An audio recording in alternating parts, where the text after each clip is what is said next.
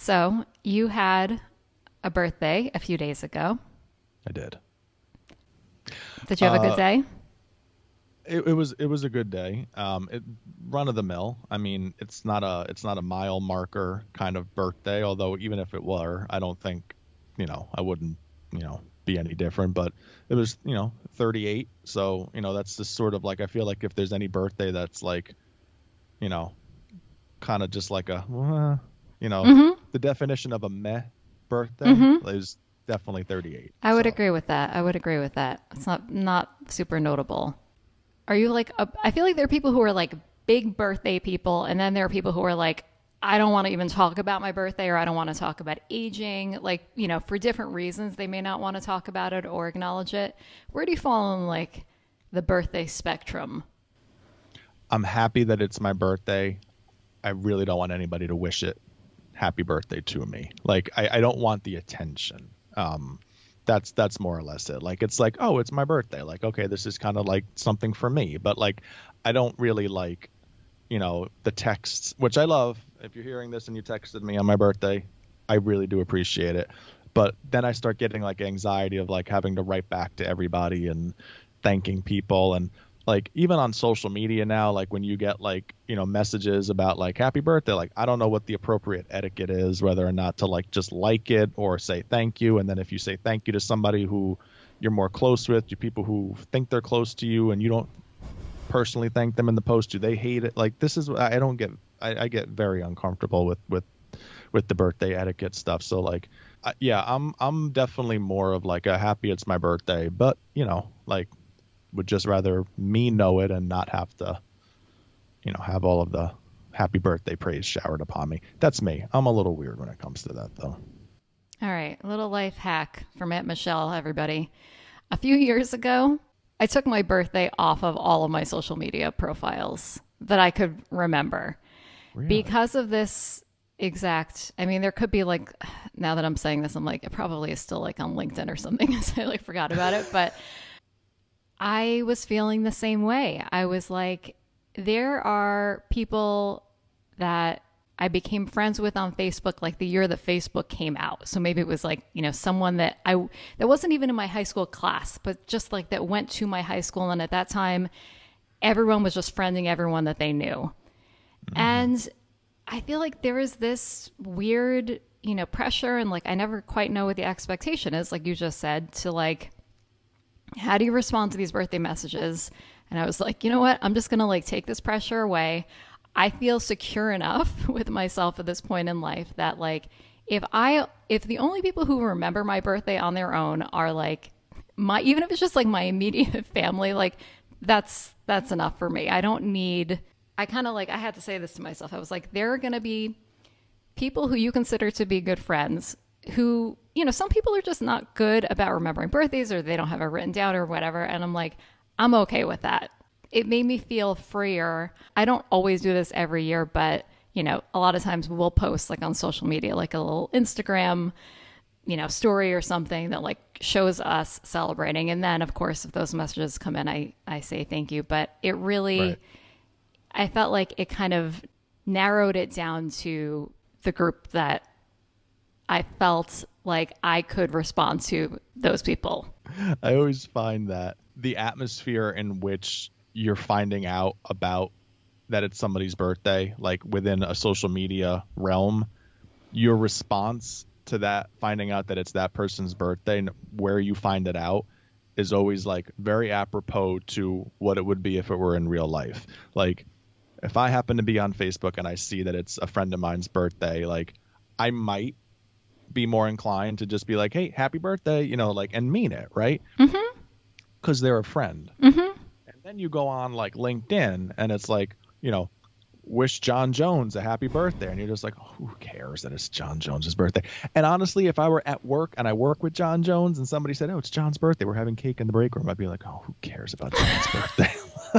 Like these, like where you find out about it is like, I get annoyed when I see these LinkedIn, notifications that it's somebody's birthday on there. I don't know why LinkedIn does that, as if it's something that we, that we care about finding out there. But it is kind of like hysterical to me that my reaction about finding out on a professional platform like LinkedIn is the exact way that I would respond if I were in a professional setting in real life.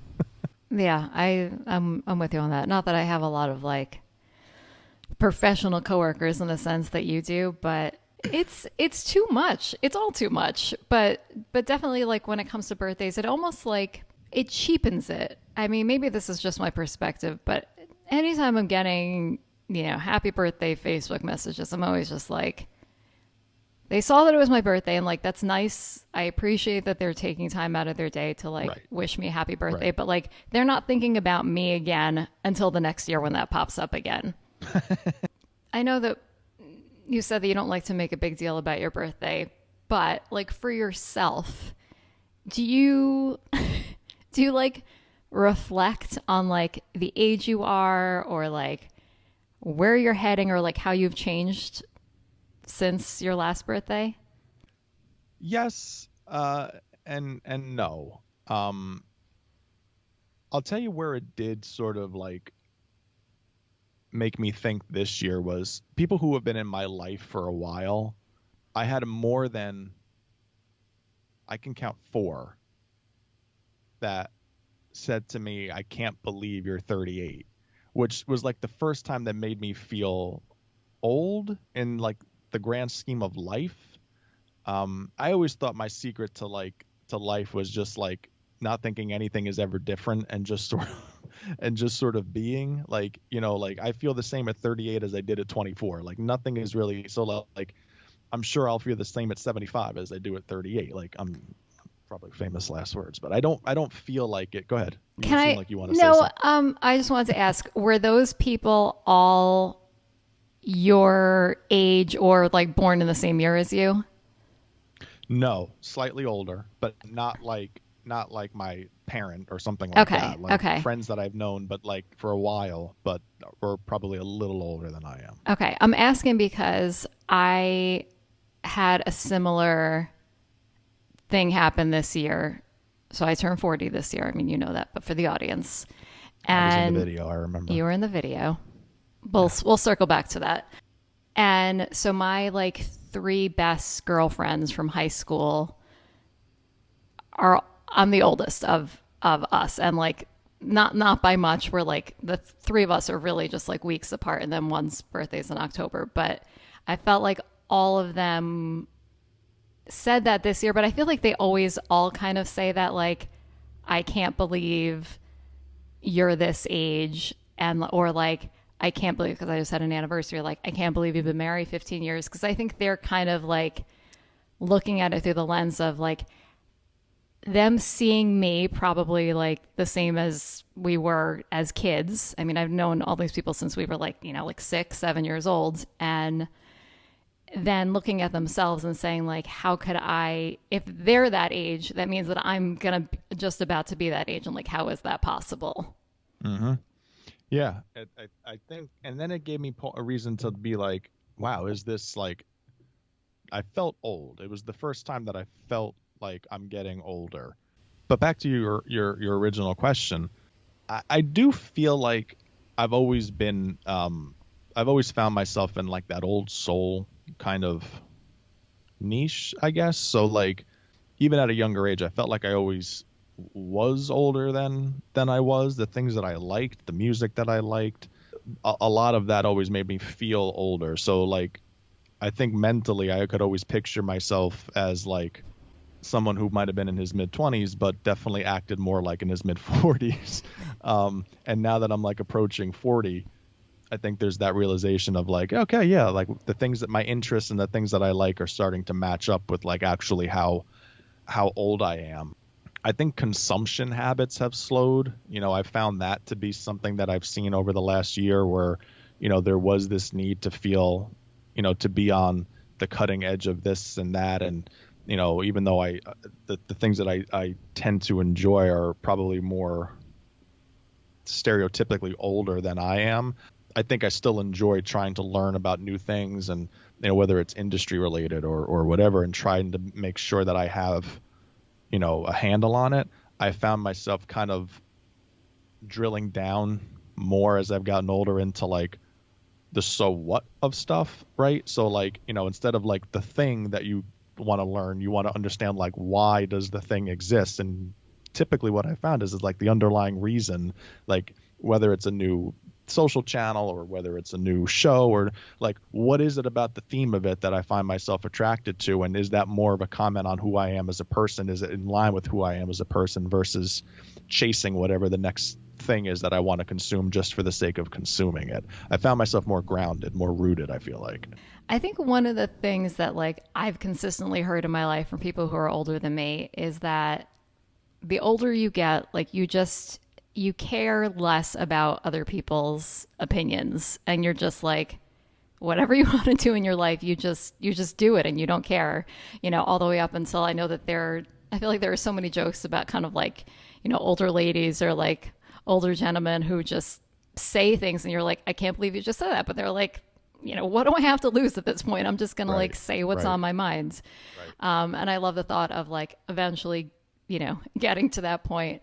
But yeah, I think for me, I've been slowly starting to like double down on some of the things that I think are a little bit unusual about me, and kind of along the lines of what you just said. Like, I think that there's this like societal pressure to have your pulse on most things that are like going on in the world, whether it's like, political or like culturally, or even, like the show that everyone's watching.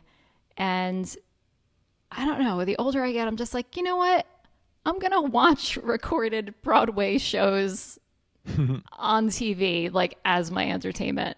And even if that might mean that like I might not get to like talk to a lot of people in my life about that, if it makes me really happy, then who cares? And that's one example. But I think that as people age, they get more interesting just from having life experience. But I think what kind of makes it better is not, I don't know. I read this article this morning about like how to be more interesting. And it was one of these, I love articles like this because it's in like a type pad.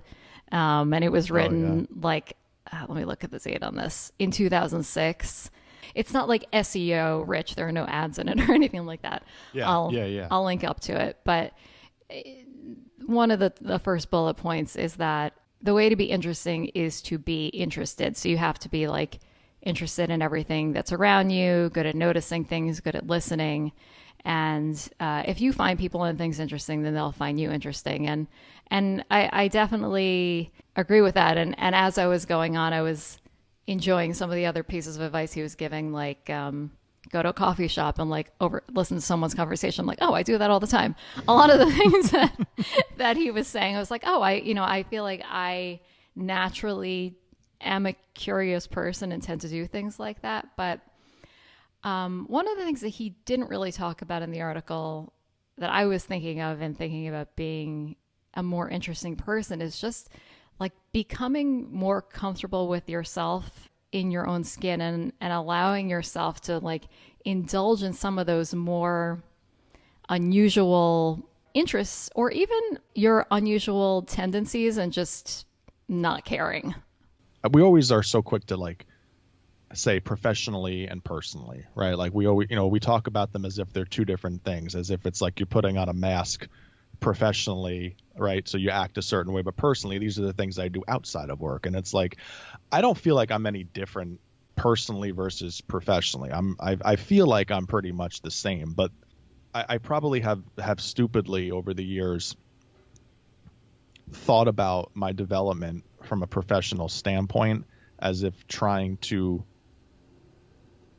learn more about something in order to be able to master it. And this is what I'm kind of getting back at with the underlying like reason as to why, and probably being blind to whatever that is. And I'll use the example of effective like storytelling, right? Like I think I'm always trying to understand nuances and read more about, the growth of storytelling. And the more that I've sort of applied myself and tried to understand it, the more I've realized that like the definition really hasn't changed. You just keep getting new people trying to like insert their opinions into it. And you know what, that's great. Like, we should be having dialogue about these areas of our careers that are, you know, closely associated to the work that we do on a regular basis. But I think what we ultimately forget is that, like, good stories in 2023 really aren't any different than good stories in 1923. Like, there's a lot of similarities to what makes people sort of, you know, attached. So, like, I think where I've sort of grown, you know, you talk about, like, you're 38, like, has anything changed? Like, I think just becoming more wise of, like, some of the BS that gets kind of peddled, and some of the stuff where you're like, you feel the need to kind of glom onto something, and being more aware of, like, I've seen this before, right? Like, we're Billy Joel fans. Like, that song Still Rock and Roll to me is still, it's still one of my favorites to this day, because I've learned about, like, the meaning behind it. And he was, you know, on a meteoric rise in the 70s and 80s, and, you know, you had this iteration of punk and music that was sort of new to that era. But for Billy, who was alive in the 60s when there was more like garage bands and some of the British Invasion influences, and he was, you know, talking about how, like, you know, we're saying that it's, you know, hot funk, cool punk, and all whatever it is, but it's still rock and roll. Like, I remember this, I've heard this before. Like, there's an underlying current to everything, right? So I think that's been the biggest, like, as I've kind of, you know, gotten older, like, I'm starting to understand that, like, chasing things for the sake of chasing things and trying to stay on top of trends and learn this, and, oh, you got to do this meme and that. No, you don't. You have to understand why it's playing, and you have to understand why it's popular, and you have to find your place in that. So I think that's something where, like, when you talk about wanting to watch, you know, old Broadway shows on whatever, like, whatever you find your pull, there's an underlying, like, tone to whatever that is, whether that's a tie to something that you love, but it's also, it's your root. It's a part of what you are. And I think that's what sort of, like, allows you to feel comfortable with getting older, is this is who I am. This is what I believe in. All right, so let's circle back. You mentioned you were in a video. Yeah. Guest appearance. I don't want to say this is my best birthday gift for this birthday. I feel like this is probably just one of the best gifts I've received, period, in my life. But because I had a big birthday this year, my sister rounded up family and close friends and had each of them record a little birthday wish to me, and used a service, I forget the name of it, but I'll look it up and I'll link to it, to put them all together. And then, like, as I was heading back for my birthday dinner, I just got this, like, message. And, like, as soon as I saw the little thumbnail, I'm like, I don't know what this is, but I just, like, I felt that, like, this is going to be special.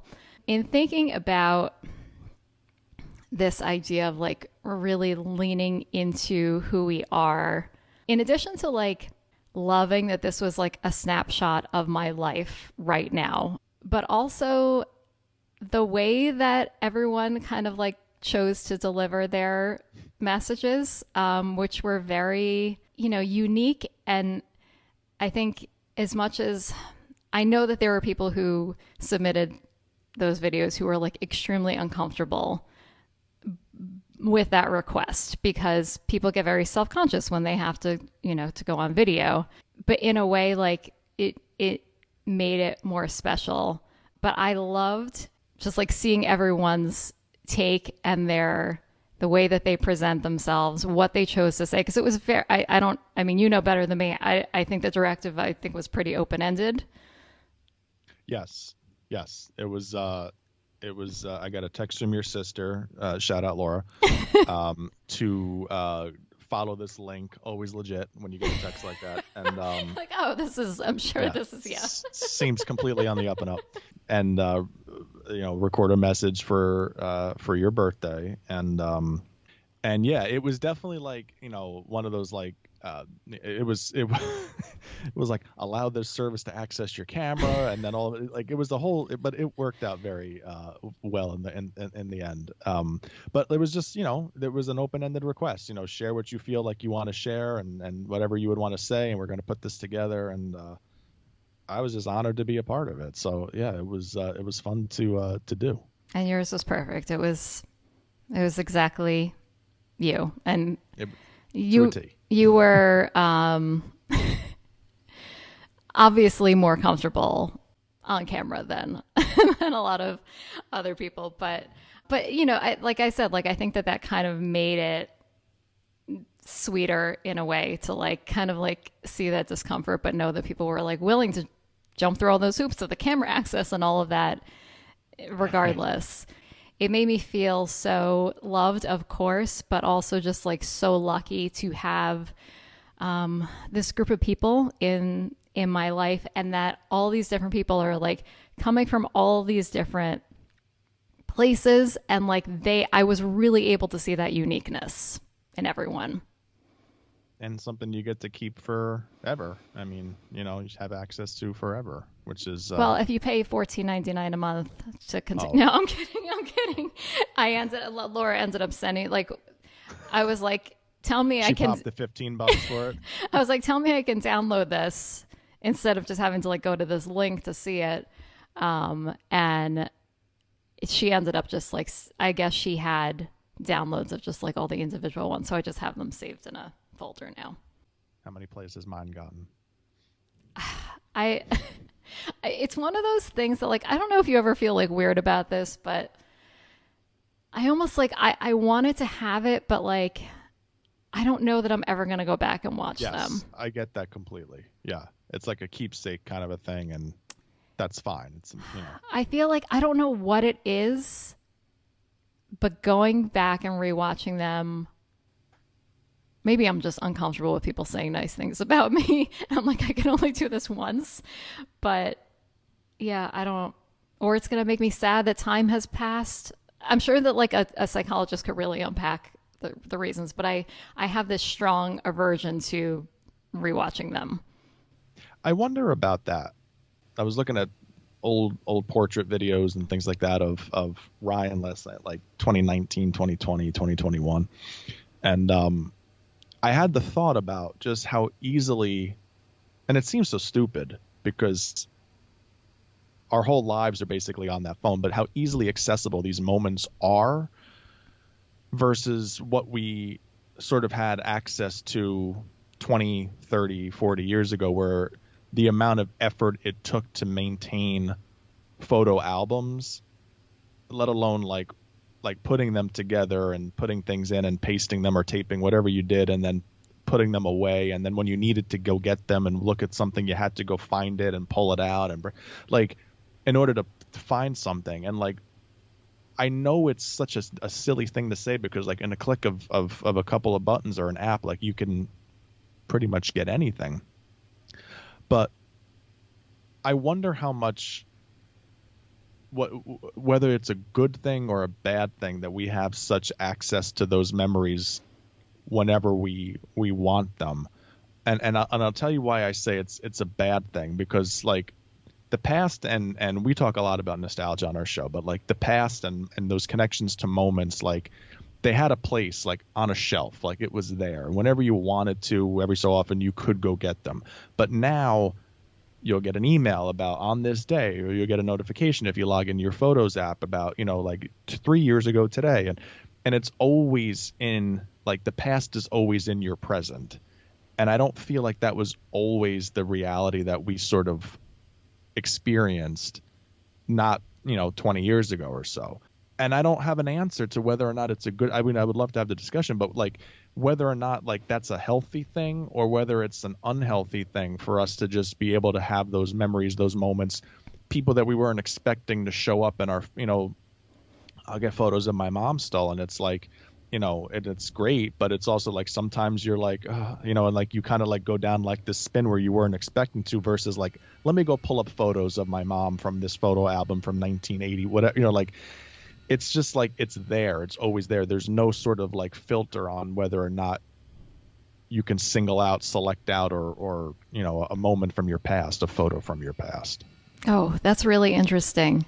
There are these memories that are like from our past that are popping up into our present that like we're not choosing to like pursue because like you said, we're very nostalgic people. We love looking at old stuff and revisiting things. But like I think part of that experience and what makes it good is like the idea popping into our head and us having the inclination and then to like follow that to like, look something up or pull up an old photo. So it is kind of jarring. And I guess this just kind of fits in with a problem that stretches across social media in other ways. But like, I didn't summon this at this moment. Like, you're Right. just putting this in my face. And when you gave the example about your mom, I was kind of thinking like, oh, I could see that being really frustrating, not in the sense of like, oh, like now this is going to make me sad, but like I'm sure when you think about your mom, that's like a precious like moment with yourself, and like it almost feels like if your phone is throwing that in your face without you bringing it up, it's like you're wasting this opportunity that's supposed to be a special thing. Am I Yeah. articulating that Yeah, and I right? think it's Okay. even with things that aren't like those like harsher moments. I had remarked that I was looking at photos of my son and from years past, and I might have been in the mood to do it, but sometimes it's like when I say you're not in the mood to do it, it's not like I'm not in the mood to look at old photos of him, but like sometimes the moment resonates more when you're like looking to seek it out versus it finding you. And I think things in the past, like sometimes nostalgia, like you seek a lot of that out. It's part of who you are.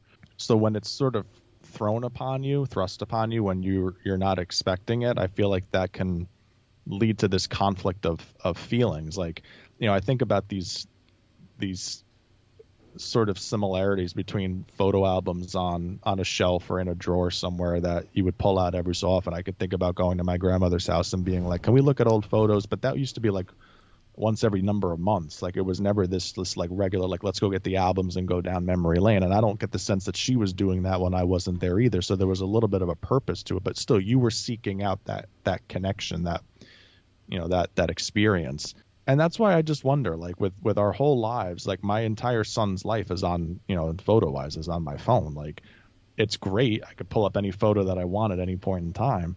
But I think the way it sort of intrudes upon life sometimes, I just wonder about the long-term sustainability of that.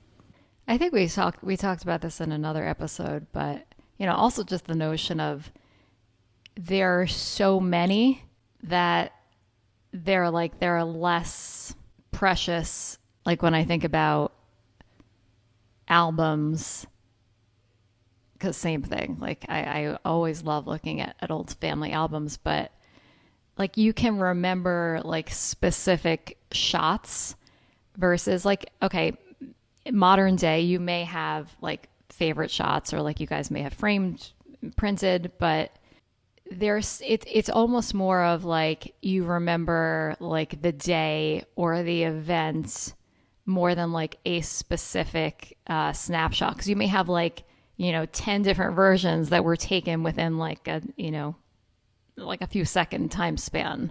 And it's just kind of, I don't know, it dilutes its significance I think in my mind. I think that's another thing with when we, from the marketing lens to like, I think nostalgia is a very powerful tool that we have at our disposal to use in creative art, harkening back to a certain time, a certain period. But, it's something where when you're bringing it to somebody who's not expecting it, there are times of year where nostalgia is, those types of moments are very big, holidays, Thanksgivings, Christmases. And I've always thought about, like, when we always talk about know your audience, like holidays are a very tough time for people. So to harken back on things that are stereotypically warm and celebratory, and some people just aren't there in those moments. Mother's Day, it's funny, I remember the first Mother's Day after my mom died. I had posted something on Twitter about my mom. I had gotten a reply from, might have been Shutterfly, of like, love this story about your mom. Our Mother's Day things are 25% off. Show mom how much you love her by, and like, because they were just doing searches for certain things and hoping to like strike some kind of consumer to buy into, to purchase something. Like, he mentioned mom, he would love this. Right. Yeah. I don't know why wouldn't I want to do that for my, but like, I think that's it. Like, you tap into these moments, whether they're user generated or whether they're something you're creating, and you don't know where everybody is. And I feel like, that's the damage, or the scary part of like nostalgia moments, where like, stereotypically, I know I've been using that word a lot here, it's something that we should all have good feelings about and good memories and this, that, and the other thing, and the holidays and coming together, but you don't know where people are in those moments. And that's why I feel like if you're going to seek something out, like that should be your thing, that you do. Certainly there's a time and a place for those moments where it does make logic sense to tap into them, and maybe that's something more on the nose. If you're a fan of a sports team and there's a great moment in that team's history, like who wouldn't be happy at that point? But something that's more open-ended, that has more attached to it, I feel like when you infringe upon that or when you project it, I think it's just a matter of remembering that like people aren't always where you think they are or where you want them to be. So being aware of that and making room for that, and maybe not necessarily going down that path all the time, might lend you, like I don't necessarily feel like I would go start buying from Shutterfly, but like it changed the way that I looked at it because of the way they did business, right? It changed your mindset for it. So I think making room for just where everybody is at that point in time, and not just going with the flow because this is what we do at this time of year. We always tap into these feelings, is something that just needs to be considered. Mm-hmm. I completely agree with that. And I think that we are mostly moving in the same direction, but yet at the same time, it baffles me that with all the technology we have, that like this, message or notification that you got, like couldn't take the extra step to like go into the context of what your message was. Because like you said, it kind of like it negates, and now you have this kind of like negative connotation with them.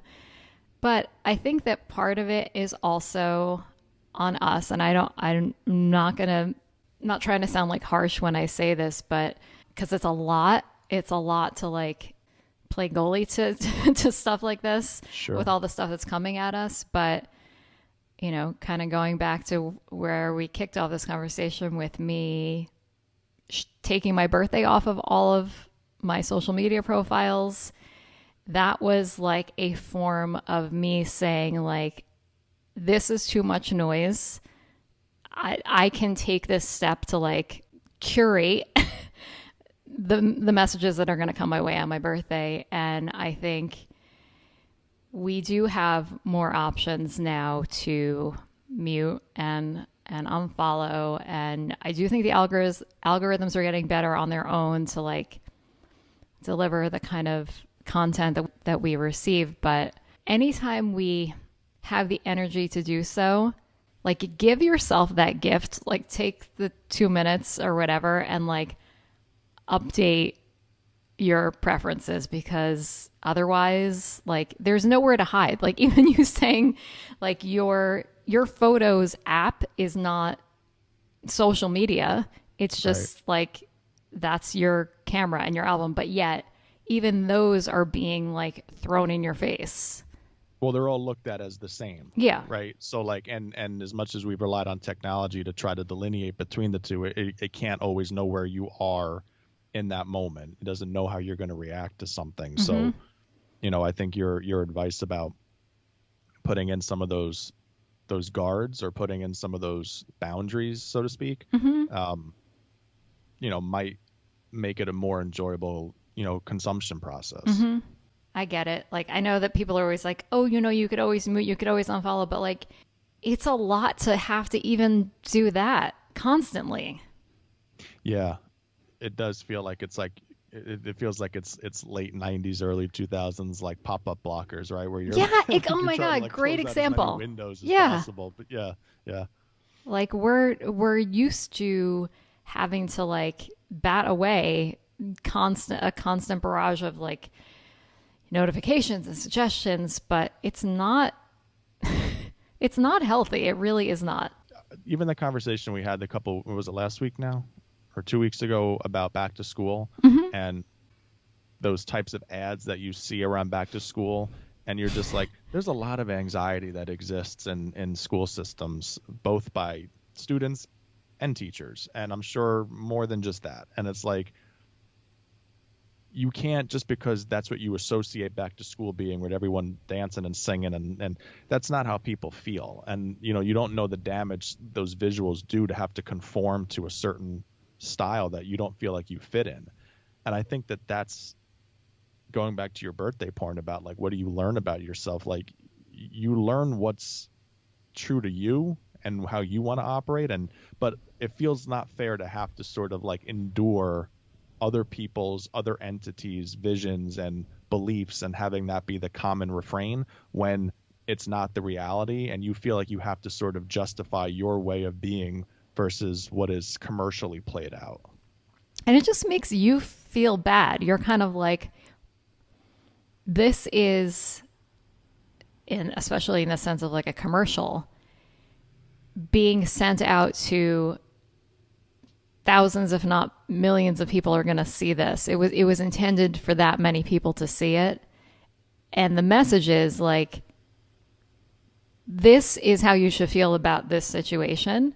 So when you don't agree with that, it kind of makes you feel like, beyond having the disagreement, like, what's wrong with me that like, this is not how I'm seeing this situation.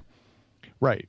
Doesn't it always feel like when you do have a belief that's like counter to what that commercial narrative is, or just the general narrative, it does make you feel like you have to like you question yourself as to like, why am I not seeing this the way, or am I seeing it the wrong way? And it makes you doubt yourself. And I feel like, if anything, the older you get, it doesn't mean you doubt yourself less. I feel like I doubt myself more.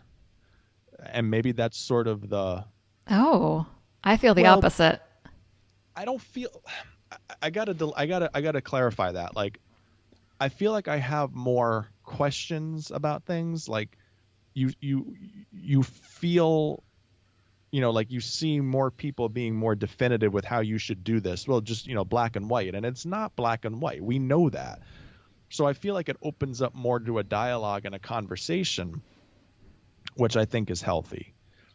I don't necessarily feel like I'm wrong in my approach, but I think there's more doubt expressed at the way that people feel like things should be just done a certain way. This is how this should be presented because this is how people feel around this time of year. No, it's not like that. And maybe my approach is more like that and more devil's advocate and maybe more like big picture thinking versus just acceptance. I've had a few studios in my career, right? We had the closet and like the first go around. I think that was before we ever did any kind of video with it. I don't remember too many video pieces from that. I definitely have like unreleased video footage. 100th episode's coming up. I know. Maybe little clips if I find something funny. I'm sure we could string together a bunch of mishaps. I mean, when I almost got struck by lightning. That was a good one. That was so good. We had you thought there was an intruder in the house? Yeah, no. Yeah. There was like something like exploded in my kitchen. I don't know if it was like a can or so it just sounded like a gunshot. Yeah, I was laughing the other day when that tower, like you just watched my laptop like slowly like tilt, and I'm like, uh-oh, this is going down. It was so slow that like I couldn't, I couldn't react to it. Didn't the background fall once too on Oh me? yeah, Like yeah. the That was my happened? favorite one. Oh, That's yeah. like And then right you over had the here. back. You really have had. I think you've had more sets than I have. I think I've had 4 sets. I was in the closet.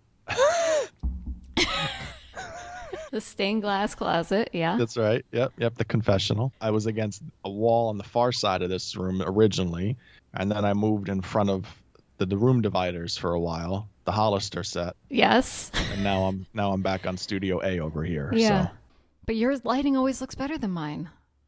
fluorescence. I don't know. Like it works lovely.